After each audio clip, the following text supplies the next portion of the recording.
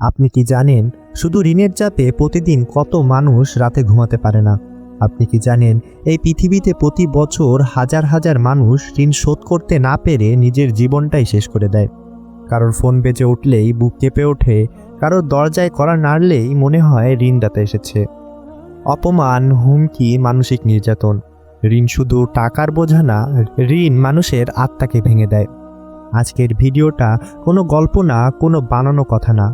আজ আমি বলবো, যখন মানুষের কাছে সব দরজা বন্ধ হয়ে যায় তখন আল্লাহর কাছে সব দরজাই খোলা থাকে।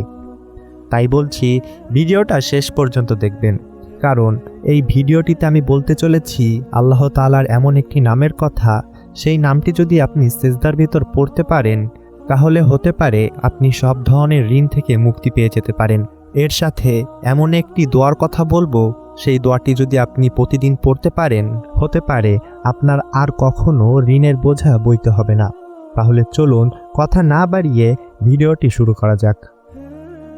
ধরুন আপনি ঋণগ্রস্ত, চেষ্টা করছেন কিন্তু হিসাব মিলছে না। আপনি সিদ্ধান্ত নিলেন আপনি আজ ঋণ থেকে মুক্তি পাওয়ার জন্য আল্লাহ তাআলার কাছে দোয়া করবেন। আপনি ওযু করলেন, পরিষ্কার শরীর, পরিষ্কার মন। নামাজে দাঁড়িয়ে আপনি বললেন আল্লাহু আকবার। এই এক বাক্যই আপনি স্বীকার করলেন যে আপনার ঋণ বড় হতে পারে কিন্তু আপনার রব তার চেয়েও বড়। আপনি কিরাত পড়লেন, রুকু করলেন, তারপর ধীরে ধীরে গেলেন সিজদায়। এখানেই মূল বিষয়। রাসূলুল্লাহ সাল্লাল্লাহু আলাইহি ওয়াসাল্লাম স্পষ্টভাবে বলেছেন, বান্দা তার রবের সবচেয়ে কাছাকাছি থাকে সিজদার সময়। তাই সিজদায় বেশি বেশি দোয়া করো। এটি সহিহ মুসলিম শরীফের হাদিস। এটা হাদিস, এটাই প্রমাণ। অর্থাৎ সিজদা দোয়ার সবচেয়ে শক্তিশালী জায়গা। আপনি সিজদায় গিয়ে প্রথমে পড়লেন সুবহানা রাব্বিয়াল আলা, এটাই সুন্নাত। এরপর আপনি আল্লাহর একটি নাম ধরে ডাকবেন। সেই নামটি হলো ইয়া গনিয়্যু, যার অর্থ হে সম্পূর্ণ অভাবমুক্ত, যিনি কারো মুখাপেক্ষী নন এবং যিনি সব বান্দাকে অভাবমুক্ত করে দেন। এই নামটা ঋণের জন্য খুব গভীর অর্থ বহন করে, কারণ ঋণ মানে অভাব আর আল গনিয়্যু মানে সব অভাব দূরকারী। আপনি সিজদায় মাথা রেখে বলবেন ইয়া আল্লাহ ইয়া গনিয়্যু, আপনি সম্পূর্ণ অভাবমুক্ত। আমার এই ঋণ, আমার এই চাপ আপনার কাছে কিছুই না। ইয়া গনিয়্যু, আপনি চাইলে এক মুহূর্তেই আমাকে অভাবমুক্ত করে দিতে পারেন। এরপর আপনি হাদিসে প্রমাণিত ঋণ মুক্তির দোয়া পড়তে পারেন।